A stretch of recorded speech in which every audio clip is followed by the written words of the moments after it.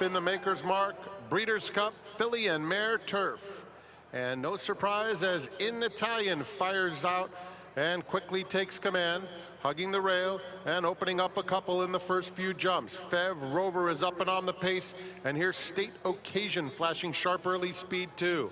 Warm Heart secures a beautiful spot along the inside, right next to Lumiere Rock at this stage, and they're followed by With the Moonlight, Moira in between rivals, and Lindy is 3 deep.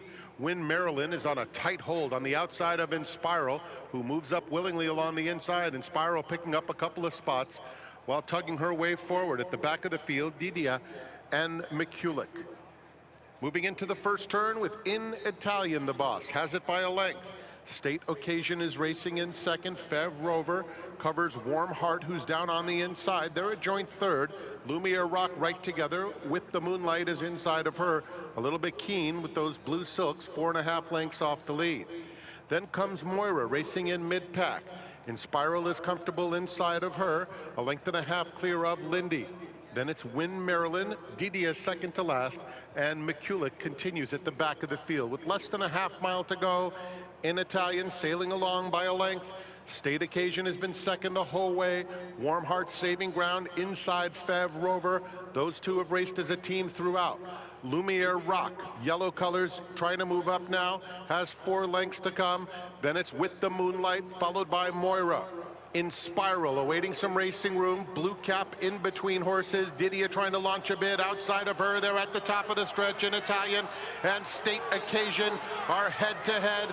Moira's trying to finish with some interest, and what a trip for Warm Heart, who burst through it. Inspiral is finding her best stride, and it's a big stride. Inspiral erupting in the center of the course, and she will get up to beat Warm Heart right on the money.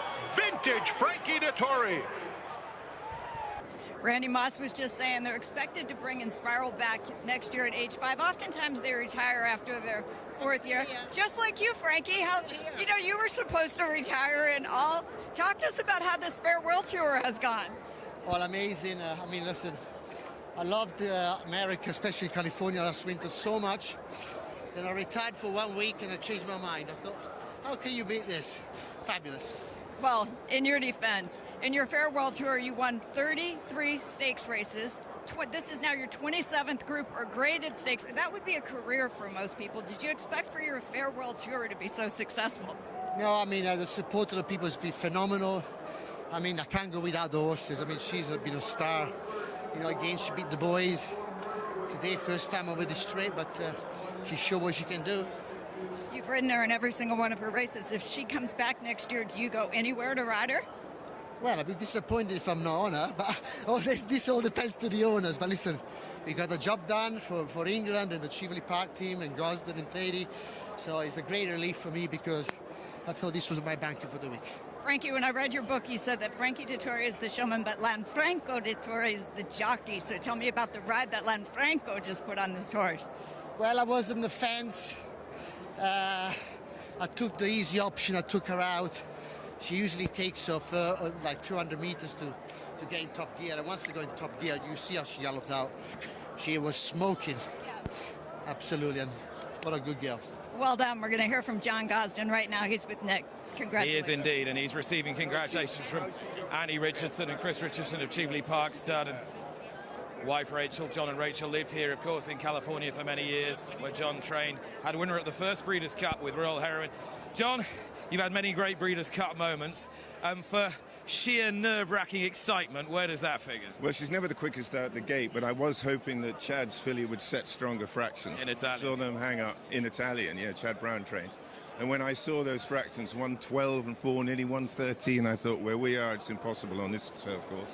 But Frankie managed to wriggle out, and Ryan got a perfect pitch and gave a great ride to win the race. And luckily, she had the class to go and nail it on the line. Of course, you saw how she galloped out. Probably been running her over the wrong trip all her life. Because she's been a miler till now, and a really good one as well. It hasn't always been plain sailing for her. You've obviously got her in a good place the last 6 months or so. How have you done? She needs cover.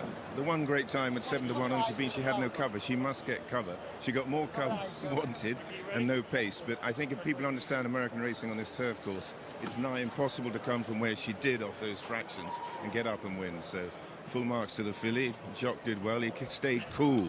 He did save every inch. Once he missed the break, he saved every inch. So it makes a massive difference. So. He's still got it, hasn't he? I know we've talked quite a bit about Frankie Dettori, probably too much, but no, another word. No, he's 52, riding like a 32-year-old. But look, full marks to Cheveley Park, Mrs. Thompson, everyone at the start. This is a homebred, owner-breeder filly, you know, come from the start, everyone reared her.